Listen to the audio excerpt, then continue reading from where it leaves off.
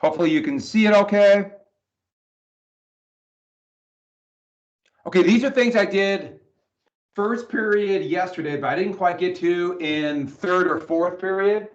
And so I'm going to leave these up for a second to give people in third and fourth period a chance to do it, including those who are going to watch a little bit later online.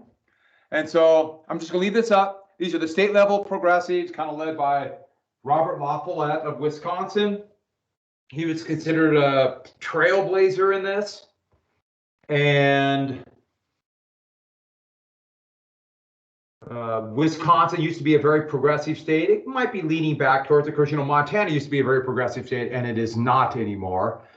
But even though the legacy of that still remains, these are some of the reforms that they thought would increase democracy. They thought they increase democracy and get more people involved, there will be progressive reforms. And so I got to this first period. I didn't quite get to this in third and fourth. And so I'll give you a second to copy these down, but things like the Australian ballot, I know it sounds weird, but they were the first, these British colonies were the first one to do a secret and standardized ballot. Referendum, where a law will be proposed in the legislature, but then decided by the voters instead of having to go through the governor's office. In Montana, that's all sales taxes. Initiative, law starts with voters and then decided by the popular vote. And so usually a petition process, for example, both the medical marijuana and then legalization of marijuana in Montana for recreational use were initiatives. Recall, that was another way to remove elected offices. There'd be a petition and then there'd be a vote. It's very much like an initiative. Does not happen very often. Has happened in Montana for a very long time. And then instead of having the party elite pick candidates, direct primary will let voters from each party pick candidates. And so no longer will be party elite in smoke-filled rooms. And so I'll give you a second to get those down for a third and fourth period, and then I will move on.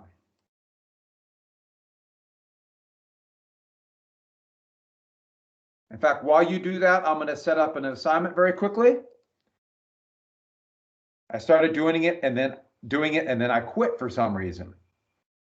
And don't forget the test. I thought it'd be Thursday, but it's going to be on Friday. You have the review list. The triangular shirtwaists, which I'll talk about in just a little bit more, will be on the test. I am going to go through and grade, start changing some things to zeros here. If people haven't turned it in, you know the routine. And until we go back to full-time regular, which is still 3 weeks, I am accepting late work, but you have to tell me because I will change it to a 0. And by the way, what is the date today? It's the 24th. Oh, yes.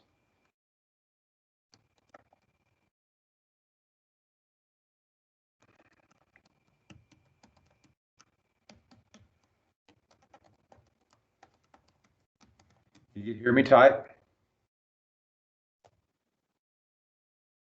Oh, put my camera back on. So just give you another second. Let's see if that's not working. And by the way, that's New York City in the background. For whatever reason, I decided to put the picture of New York City up there. I figured, why not?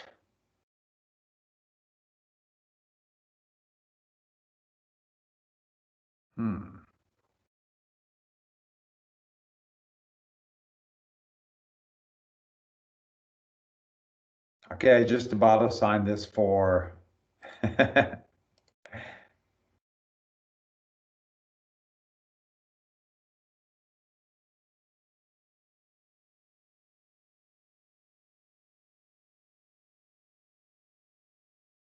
see, everything done? All right, good.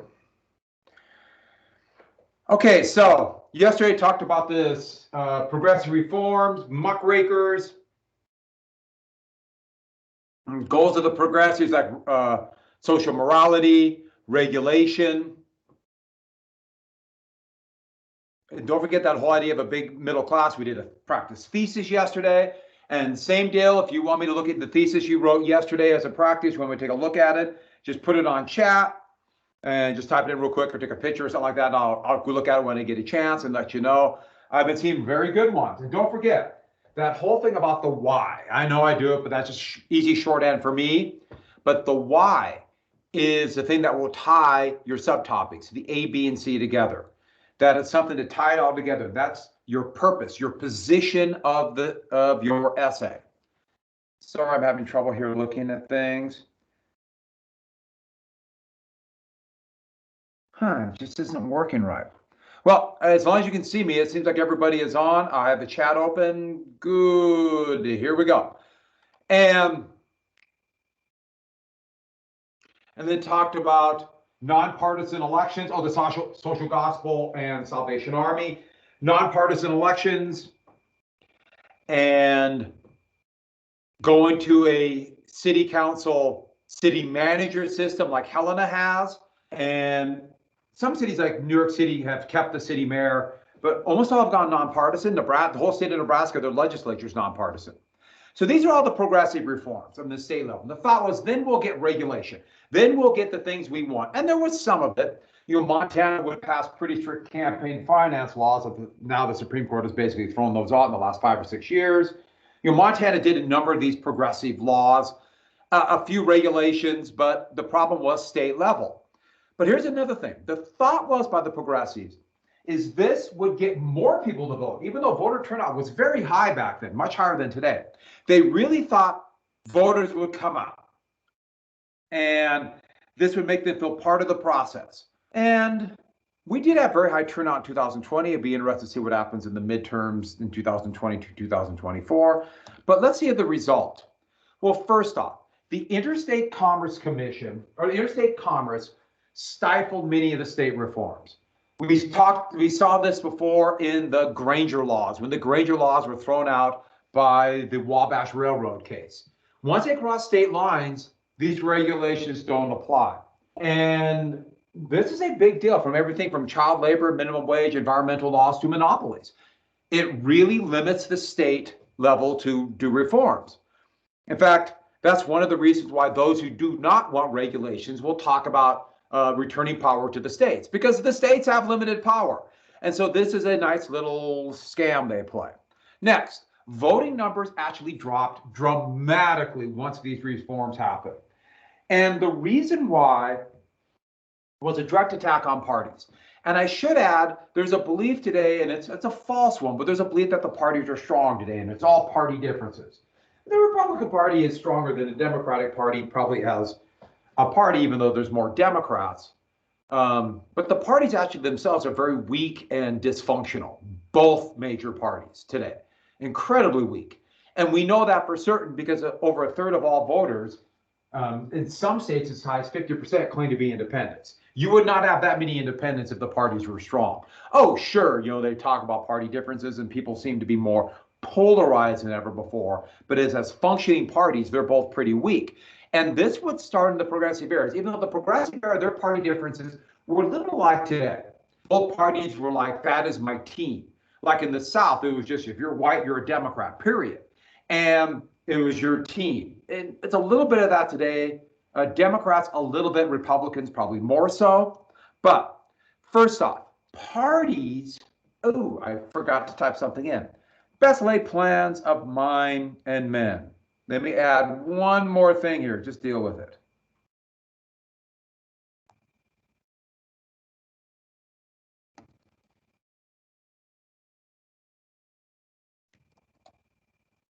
Here we go. Let's make sure this works. Okay, back to this. Parties were weakened. The parties were dramatically weakened in this era. That's what the progressives wanted. The progressives just assumed that people would start voting for the best person if the parties were weakened. As it turned out, parties give people a certain identification. Parties make you feel something. Remember when I said it was important to be part of a team? Well, yeah, that could have negative effects, but it also has positive effects. I'm a Democrat because we stand for these things. I'm a Republican because we stand for these things. Parties educate. They get out the vote. They tell people important issues. Now, you can agree or disagree with them, but there's a great motivating factor. You know, I just read about in Texas, which a lot of people thought Texas might actually even vote for Biden in the election in 2020. But the Democratic Party, partially because of COVID and partially because of disorganization at the top, they didn't get voters out, and they did not do near as well as they thought. Well, Republicans, not as worried about COVID and more organized, they got voters out. And that shows parties can really matter, even today, but really then. Also, parties give an ID. And if parties are strong, you could say, well, I'm a Republican because I believe these things. I'm a Democrat because I believe these things. And therefore, we know if you're a voter in a strong party system, we know what parties mean. So if you go into an election and you think, well, I'm going to vote for, Secretary of the Treasury or Secretary of State, which that's not a position most people know about in the state of Montana. But they say, well, they're a Republican, they stand for this. They're a Democrat, they stand for this. And I'm a Republican, I'll vote this way, or vice versa. And if they don't agree with this, strong parties can tell candidates, you must start towing the party line or you're out. That's control. And that gives people power. Today, it's a problem with the two-party state. It's really hard to say what a Democrat stands for and a Republican stands for. It's really hard. And so you don't have that control. They're all over the place. Once again, Republican Party is a little bit smaller, but nationwide. Montana, it's a little bigger. But of course, most Montanans call themselves independents, whatever that means. But let me make sure it's all recording. Oh, beautiful. Okay. So, sorry. Democrats or Republicans, there's an element of control, but with two parties, since the parties have to be so broad, especially for Democrats, there's no idea what they stand for. And so it's really hard to get control or know what the candidates stand for. That's one of the reasons why multi-party states like Germany or Italy, Spain, well, almost every country that doesn't have winner take all, which is mostly places that weren't colonized by Britain. There's more parties, so you have a better ID. So weakened parties led. Am I still on? He's good. Okay. Weakened parties led to candidates became more free agents. If the party doesn't matter, then it's all about personality, and we know candidates never lie. And so if they're free agents, they're harder to control. They get elected on personality, image. That is why today in elections, cultural issues are so much more important. I mean, you see people who vote almost solely based upon things like access to weapons, to guns, to assault rifles, or to fear of immigration, not in an economic sense, but fear of other people coming in who look different than me, or women's rights, or not racism as an economic issue, but the issue of some people now wanting to have a higher status than me, perhaps. These cultural issues are so much more important. In fact, so many people now base their political points of view in terms like liberal or conservative on cultural issues, partially because candidates are not free agent, and so they can hide their real values and talk cultural issues. Also, that's therefore image politics. We talked about this before, became more important than ever before. Remember the log cabin campaign of William Henry Harrison? He tried to act like Andrew Jackson. Well, that's what it all is today. What image can we portray? And that's why the whole thing about, you might have saw it, why the Ted Cruz skipping out of Texas and going to Cancun during the middle of a horrible storm where people were literally freezing to death. And he is one of the highest elected official in Texas, and he skipped out and went to Cancun. And why he took such a political hit? Because his image was this tough fighter who's going to stand up to Washington and defend Texas. And what does he do? I got money. Good luck. I'm going to Cancun. And that really hurt his image. And that's one of the problems with image politics. The image might not be reality. But the problem is that if you're going to get this image out, you need more money. This means media and propaganda. And that's why money, which we saw in 1896, will become more important than ever before. And lastly, if money becomes more important, party is less important. The real issues are less important than image.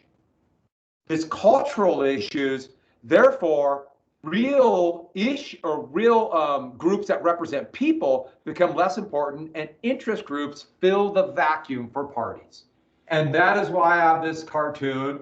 And I know I got the cartoon stock watermark on it, but it says, my greatest asset is I'm so rich I can't be bought by any interest group, which is a fascinating thing.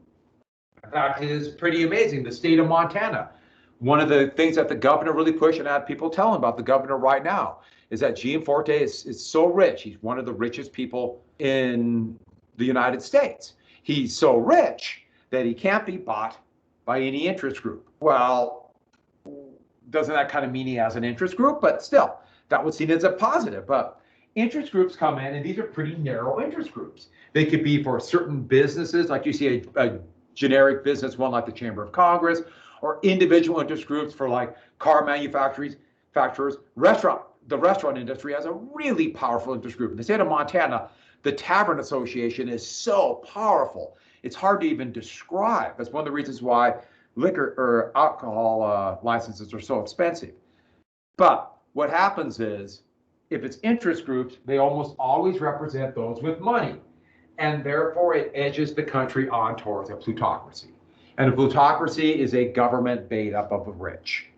And I should add, this was not the goal of the progressives, but it had this effect.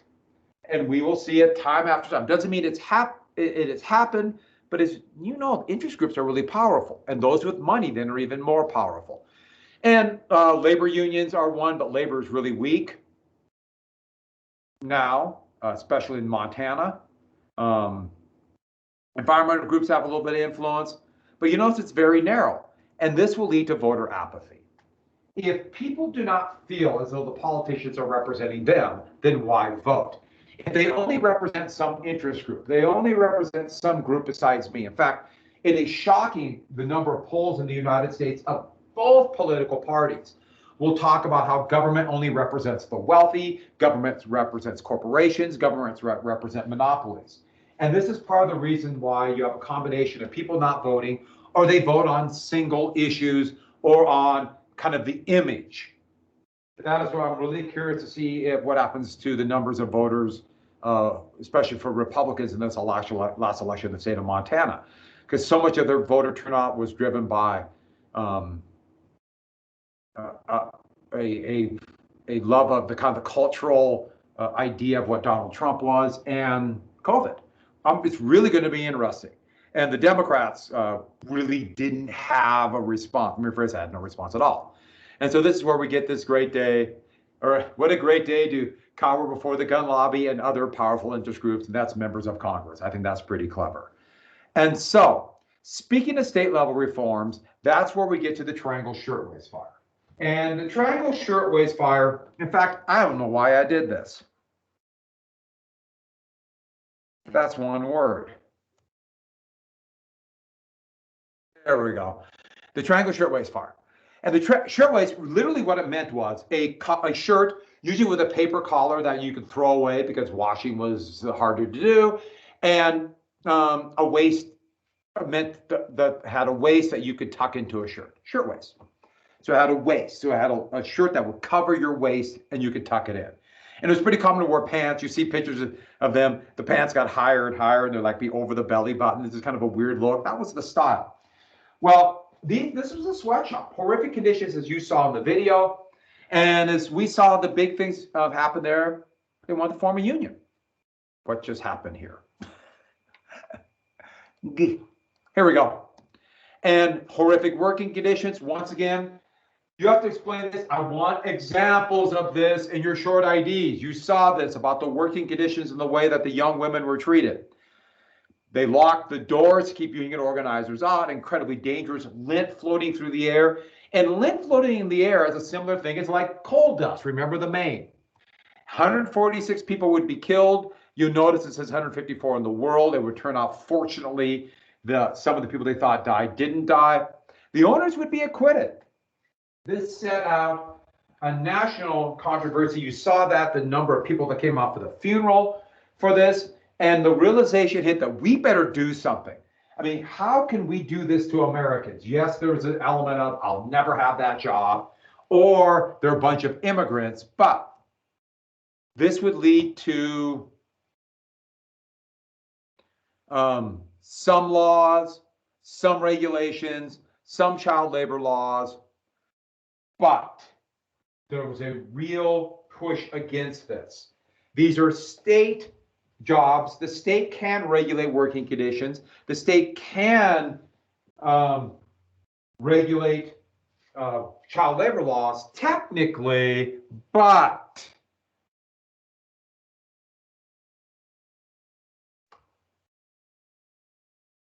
in the court case Lochner versus New York, and this directly relates to this, in a split, so it's a really divided court, 5-4, there was a law overturned that limited baker's hours.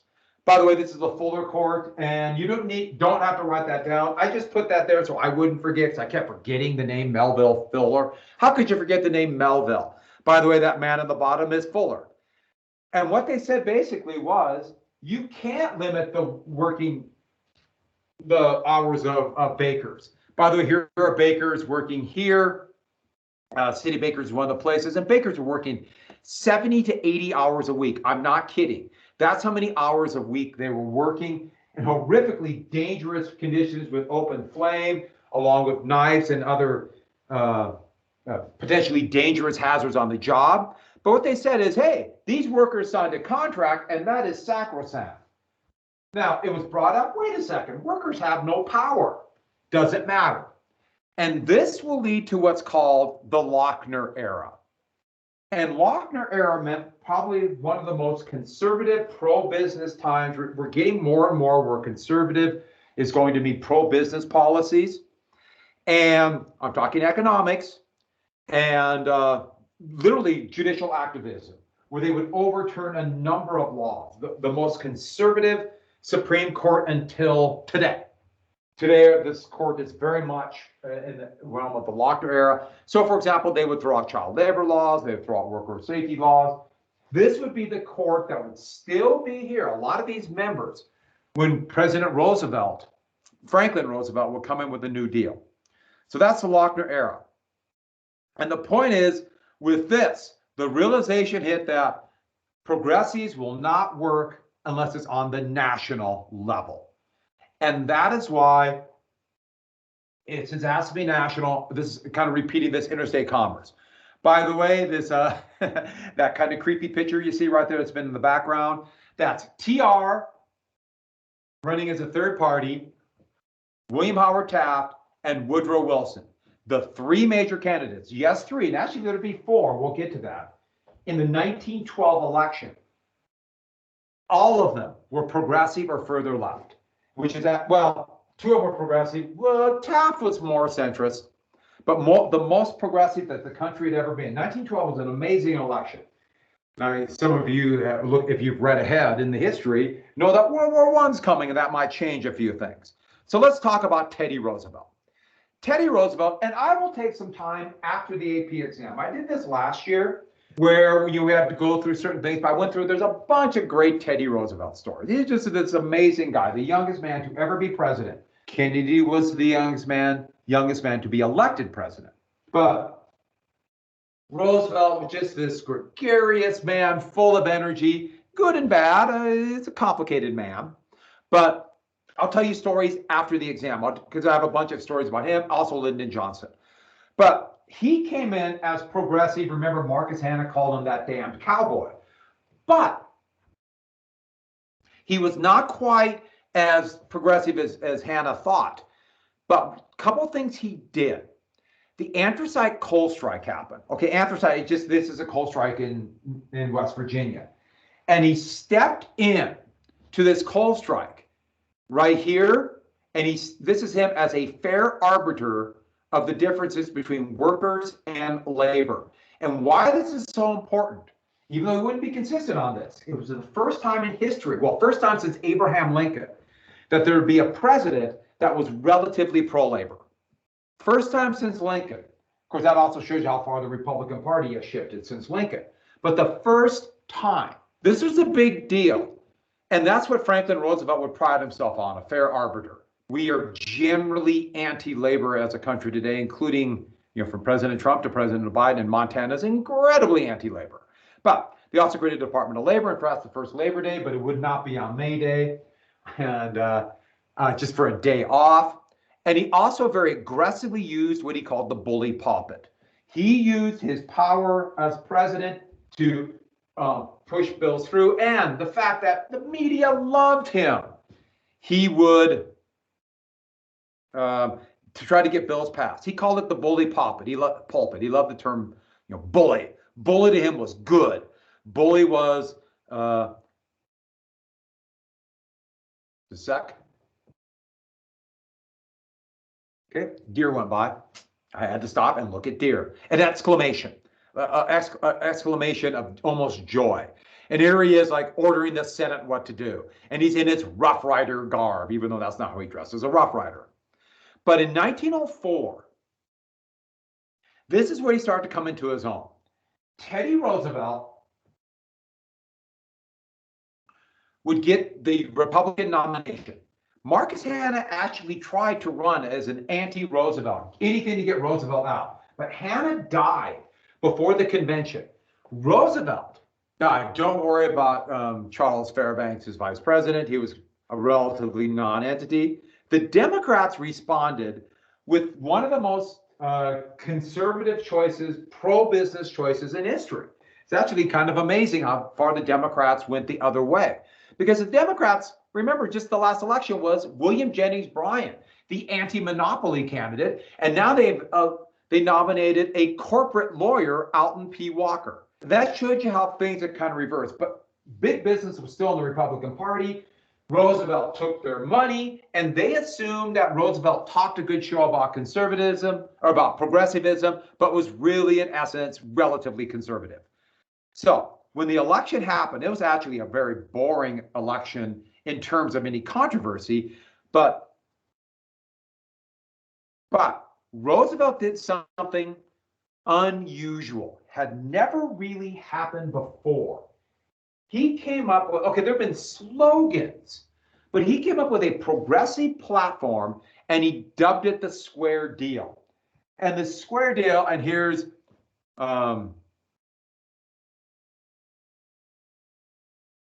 basically Roosevelt, and this is trying to get the Square Deal dance of the Republicans coming to terms with this, the wealthy Republicans. But the Square Deal was, I will be a square deal. I will give a square deal. I'll be a fair arbiter for everybody. Business, labor, farmers, traders, railroads, you name it. And the point is, it was a progressive platform, but the bigger point, what a great slogan. A square deal. To people on the street, that sounds good. To most Americans, to this day, who work very hard and don't have time to look into politics, and might not know the intricacies of it, I can't talk, but they like the idea of a slogan. And other candidates will use it to this very day. Gee, I'm trying to think of a president in your lifetime who might have taken a slogan that is relatively meaningless and turned it into an entire political program. One he stole from Ronald Reagan, a guy named Donald Trump, who took Make America Great, which was exactly what Ronald Reagan had in 1980. Make America Great Again. What does that even mean? But people could say MAGA and wear a hat. Square deal. I'm for the square deal. And other presidents would follow this. It's no coincidence that his cousin, Franklin Roosevelt, would have the New Deal. And then Harry Truman would have the Fair Deal to try to push for a program to deal with climate change and the economic disruption of that. They've come up with the Green New Deal. It's a slogan. And then people don't even know what it means. You could be for it or against it. And by the way, there's been no Green Deal, it's just a proposal. But it's amazing how during the climate crisis in Texas, they could say, hey, it was a Green New Deal that caused the power to go down. Like, what are you talking about? It hasn't even happened yet. It's a slogan. It's very effective as a political tool, good and bad. So it very much was the populist program tinkered to a progressive means. So let's go through this pretty quickly. Some of these should be familiar. Remember this progressive income tax, where the tax rates would go up as incomes go up. This would raise wages for working people if income taxes go up for very high. Remember what I've told you before. The time of the highest wage growth in the United States in American history, The highest marginal income tax rate was 91%. Actually, you could argue World War II is 93%. So you cut down those taxes, and that allows for the wealthy to accumulate money easier. Old age pension, which we call Social Security. Regulation, antitrust, but also consumer protection. So these things we've talked about before. 8-hour workday, child labor laws, conservation of the environment, and we'll come back to that, and women's rights.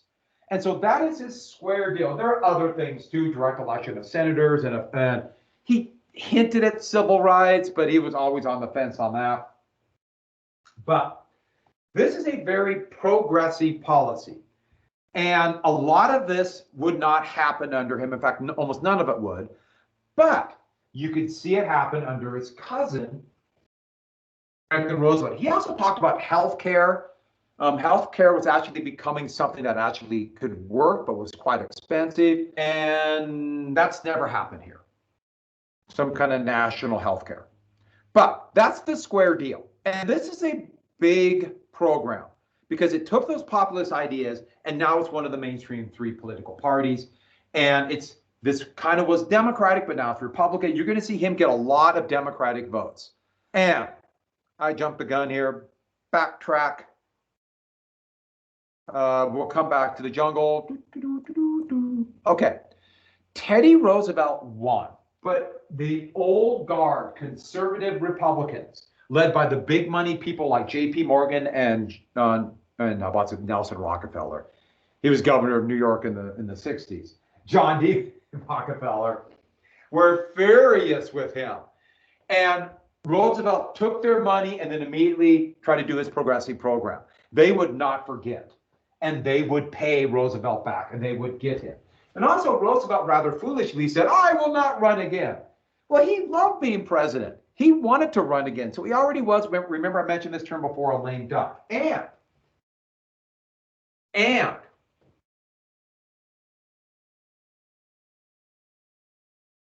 he was such a young man, it kind of made sense he would be around for a while. This actually would really hurt him much more than we thought. And so we'll come back to the jungle. In Roosevelt's second term, let's go back. Sorry, backtrack. Okay, so I know. So you've read The Jungle, and I'll tell you one thing more about it tomorrow too. But Upton Sinclair wrote The Jungle. Now, Upton Sinclair wrote this. He posed as a reporter. He got into various industries, but the biggie, because it was the one he knew would hit people the most, the food processing industry. Meat packing and other food processors were becoming big business because of refrigeration and better canning. People were eating more processed food than ever before. People had the memory of the Civil War or the Spanish-American War. More soldiers died of food poisoning than in combat in the original war itself, not the insurrection. But Upton Sinclair was a socialist. He wanted to show the lot of working people by focusing on hard-working immigrants who gave up almost everything for their idea of the American dream, working so hard and yet work in horrific conditions. Which, by the way, a lot of you mentioned this in your reading of this. A lot of the readers were these middle-class readers who looked at this and were like, well, I will never have that job. And they're immigrants, and what do I care? And so there's a lot of this that happened. These middle-class readers, the working people, they were reading this and they didn't have the power. The progressive or middle-class readers, and that's where you get Sinclair's famous statement, I aim for their heart and hit their stomach. Because people could say, but I'm eating this slop. And this is an element that happens to this day. I mean, the working condition on some of these meatpacking places today are so horrific, I can't even wrap my mind around it. And it's making me question my eating habits. It's even though it takes more than a teacher in Helena, Montana to do anything about that. But it's so horrific. But part of the reason people don't care is it's isolated. And, well, frankly, a lot of them are immigrants. And people say, well, that's not going to be me, which is sad. But if people want to say, well, today we're not like that. Yeah, we are. We are. We can learn from history. We don't have to be, but it's a lot of this. And in the jungle, and I will talk a little bit more when I'm actually in class because I need my board and stuff like this. But it talked about how what kind of products were put in food, how they were using spoiled meat, not cooking it properly, and even human body parts were coming, which yes, still happens. If a worker cuts their finger on the assembly line today, do they tell anybody? Because they might get fired. But out of the revulsion of this was going to come the Pure Food and Drug Act. And that was one of Teddy Roosevelt's goals in the Square Deal, the Pure Food and Drug Act. And at first, you might think about this and think, well, a lot of companies don't want them looking into the production of food because that would be a cost. And there was no regulation on drugs. So there were all these patent medications going out. They literally called them snake oil salesmen who would sell these miracle cures. But a lot of them were just hard narcotics. They would sell, heroin to give to children to help them sleep at night.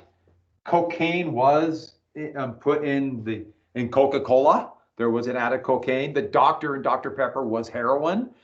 And it was, they literally called it Mother's Little Helper, and it was morphine to give to women at certain times. So the point was there was no regulation. But businesses at first didn't want this, but then they hit, yes, we do want this. Because European countries who are exporting American food were starting to make waves saying, you're serving us slop and we won't buy anymore. So to get it passed, at first, only exports of food. Why? So they could continue to make money exporting foods. So they could sell this food to European countries and say, we have inspected the food and it is clean. Now, it is not, of course, 100% clean. They skipped a lot. And it was a big deal. It just happened in my lifetime. Okay, when I was very, very, very young, but when they started putting ingredients on. And it wasn't until the 1990s that they would put all the ingredients on. And even today, we don't know what the ingredients of some of these things are. I mean, what the heck are natural flavorings? What? What's a natural color? By the way, what is natural color? Bug parts. But anyways, artificial flavorings, almost all petroleum based. But they didn't say that. So it's still kind of vague. And just a sec, I gotta do something really quick. Oh, you're kidding. And so it would be a full year. And that way, all the stocks of food that were still inspected could go to the American market. It also limited patent medicines, but there would be a few other Food and Drugs Act. But this was a big reform. The FDA would be created in this.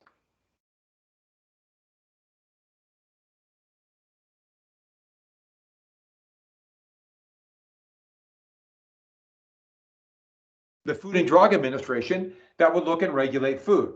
They also passed the Meat Inspection Act. And the Meat Inspection Act began to have some kind of regulation of meat and meat processes, even though it's incredibly hard to this day to regulate what actually goes into meat, especially things that are ground up in things like sausages or hot dogs or things such as that. Doesn't mean they're necessarily bad, but you just don't know. And the meat inspection, basically it was a smell, look at it, and smell, look, and poke the meat. That was basically it.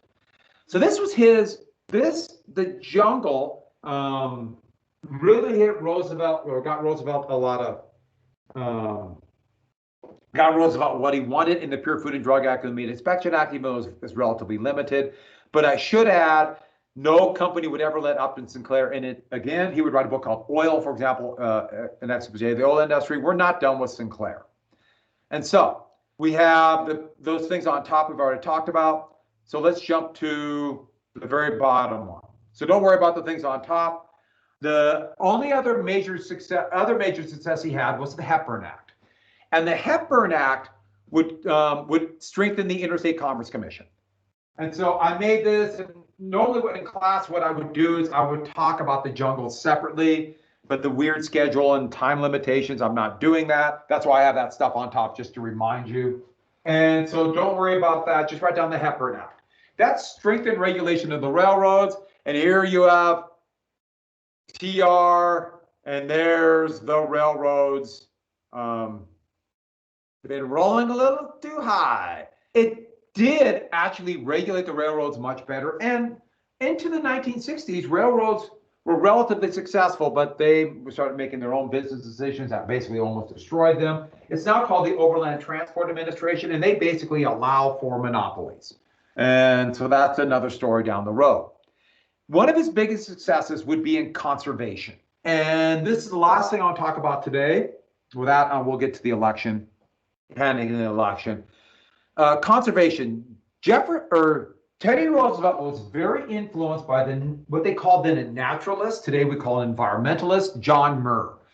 And John Muir, the big thing was his preservation of this incredible valley called incredible mountain valley, beautiful forest that we call Yosemite today. And Muir had great influence on him and convinced Roosevelt of the importance of preserving natural areas. For what we would say, didn't have these terms yet, but by the 1960s, this concept of a strong ecosystem will make human beings healthier, lead for a more practical environment, and preserve it for future generations. The concept of climate change had already been pretty much known about putting carbon into the atmosphere as early as the 1880s. It had been predicted, and so they talked about it.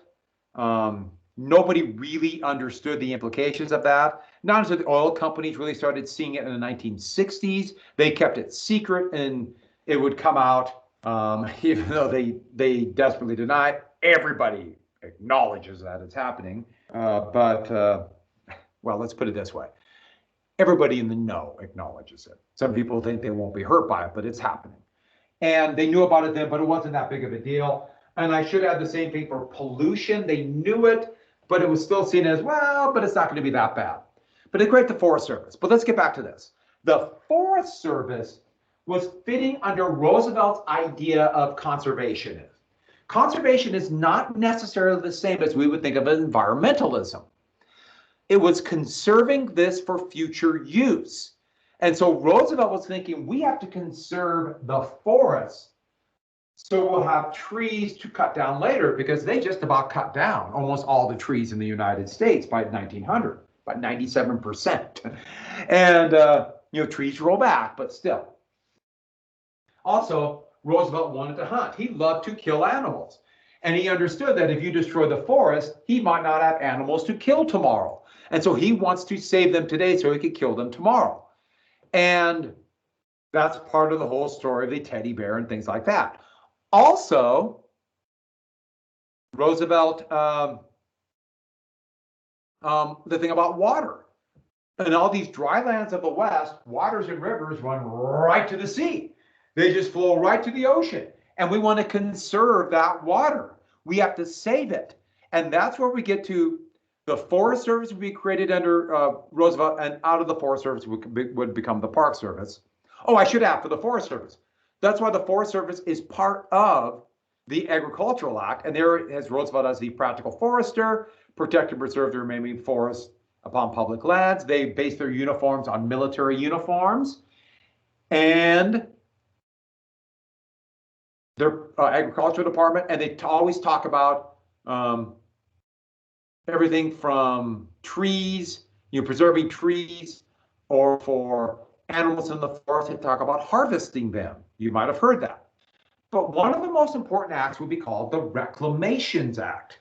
And the Reclamations Act would be to reclaim arid areas. Now, no one really knew what arid areas used to be before, so reclaim, what it really means is irrigation.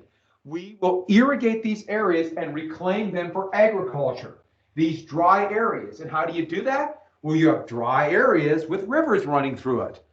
This would build dams. This would be one of the biggest dam building programs in American history. And let's say you drive out to Canyon Ferry Dam. Yes, it was built by the U.S. The construction was organized by the U.S. Army Corps of Engineers, but it is administered by the Bureau of Reclamations. They would build dams and then use these dams for two things. As you know it, and I should have put this down, and I'm going to type this in. Irrigation, dams, and hydro electricity.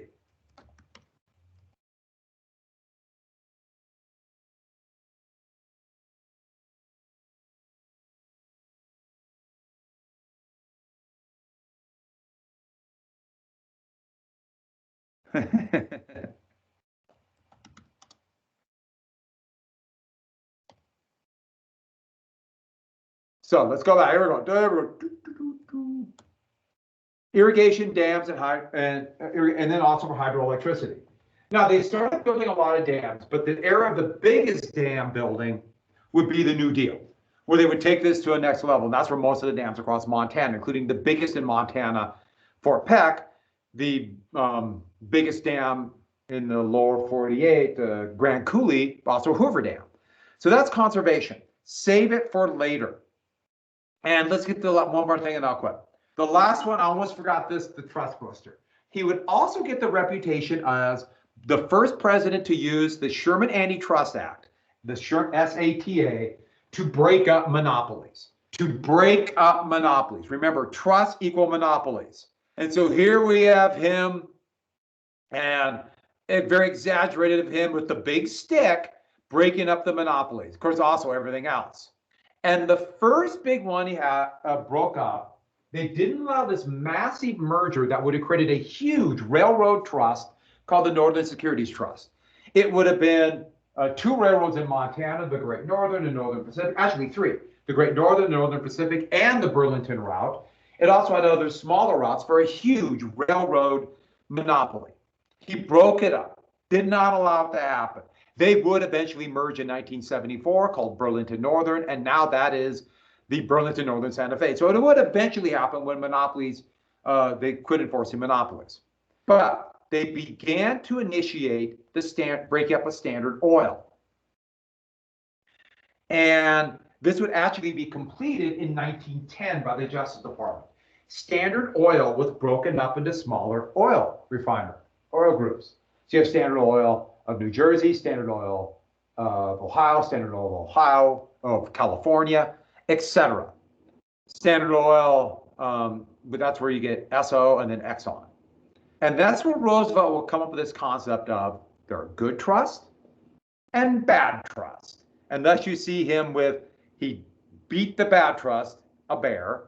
I'll tell you the teddy bear story later. It's not, and it's a lot of teddy bear references. And the good trust, but controlled by regulation. And what are the good trusts? The good trusts are the bigger companies might be more efficient because of economies of scale. And so those must be allowed to remain. All right. So tomorrow we will finish up this. I'll talk more about the good trust, bad trust thing. But covered a lot today. And hopefully I'll get a little more time to talk about the jungle. I do have to talk a little bit. I need the board. And so the test will be on Friday.